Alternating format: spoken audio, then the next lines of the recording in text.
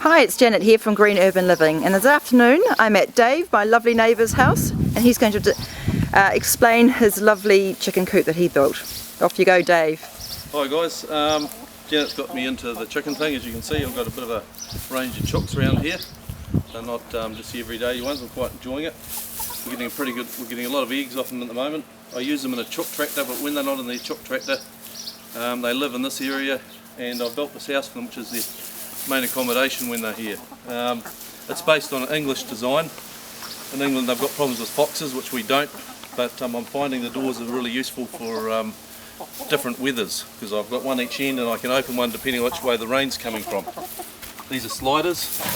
This one will just pull up quite comfortably like that, and I've got another one at the other end, and if the rain's coming from the south I close this end and open the other. If it's coming the other direction from the east, I'll close that end and open this end.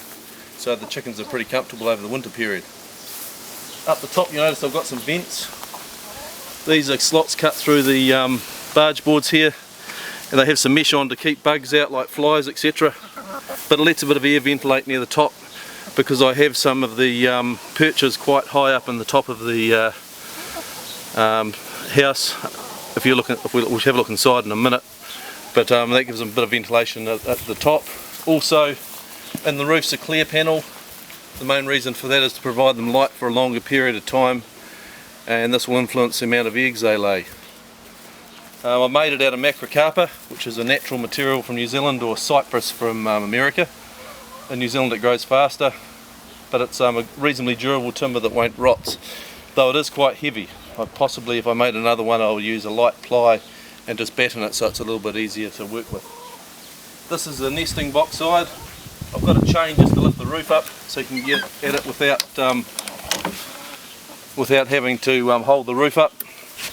This flap here, this is to keep the chicken. When I first got the chickens in here, they wanted to sleep in the nesting boxes and they'd poo through it. So we put this on to stop that happening. I find I don't need to use that now, but when you're training your chickens it's good to have this, because I can close it down at night. I'm going to make a, there she goes. That locks away that area so the chickens can't sleep in there, and they have to roost rather than sleep in the nesting boxes. This can be removed for ease of cleaning. Just got a little flap that comes up here so you can pull it out. I've just cleaned this one. As you can see, I've got a bit of canvas underneath, and I put straw on top. These can be removed for scraping or squirting with a hose. They're really easy to take out.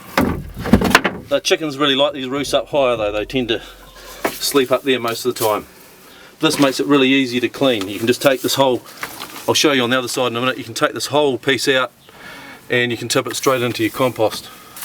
Makes it really easy. So it makes a hard job quite simple.